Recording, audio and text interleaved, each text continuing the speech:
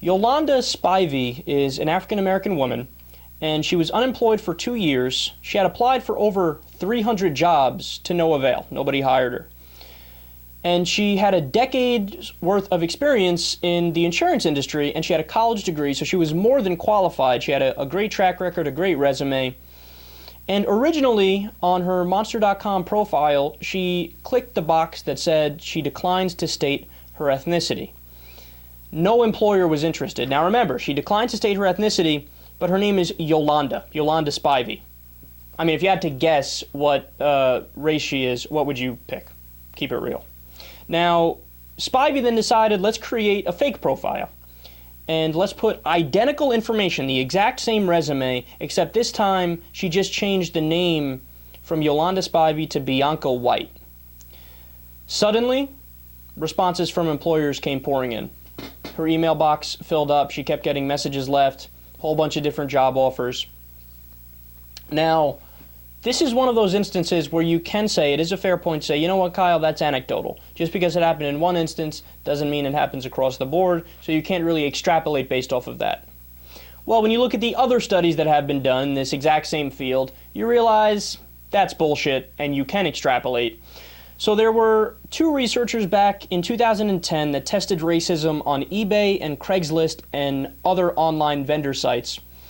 And what they did is they would have a black hand holding an iPod, and they would be selling the iPod, and then they'd have a different profile with a white hand holding an iPod to sell it. Now, in the pictures with the account that had the black hand versus the white hand, the black hand received 13% fewer responses and 17% fewer offers. When it comes to prospective buyers, 70% were less likely to use their name in an email when contacting the seller for the black people. And they've also done studies where they compare the result of traditional black names on resumes to traditional white names, and with the exact same credentials, exact same history, and white names are far more likely to get responses than black names.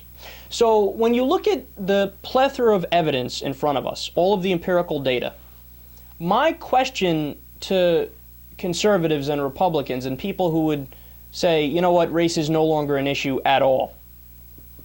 Can you really say that and be justified?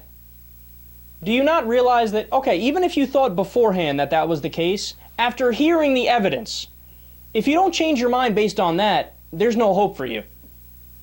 You're just a partisan hack who's an ideologue who's married to believing something despite what the real world says. So for everybody that likes to make the point of, hey, you know what, we elected a black president twice, so racism's dead. Well, that's not the best argument. Just because some of them are doing great doesn't mean that every single one is doing great, and doesn't mean that you can't look at the median numbers and the average numbers and look at other sociological trends that go on in society. So, I mean, my message to people who might disagree with this, you're wrong. How's that for straightforward?